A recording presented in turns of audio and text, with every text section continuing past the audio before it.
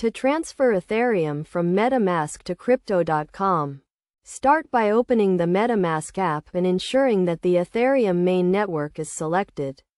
If not, click on the network option at the top of the screen and choose the Ethereum main network from the list. Next, select Ethereum from your account's home screen and click on the Send button.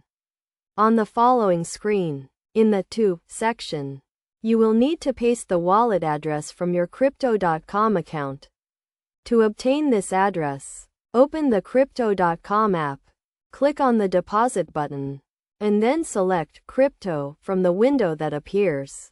Choose Ethereum from the list of cryptocurrencies, and then select the network you want to use, in this case, ERC20. You can choose any available network and add it if needed. After selecting the network, click on the Copy button next to your wallet address to copy it. Return to the Metamask app, paste the wallet address in the To section, and click Next. Then, enter the amount of Ethereum you want to transfer and click Next again. The app will ask you to confirm the transfer, so make sure to check that the wallet address and network match in both apps. Once you confirm these details, click Transfer, and the Ethereum will be transferred from Metamask to Crypto.com.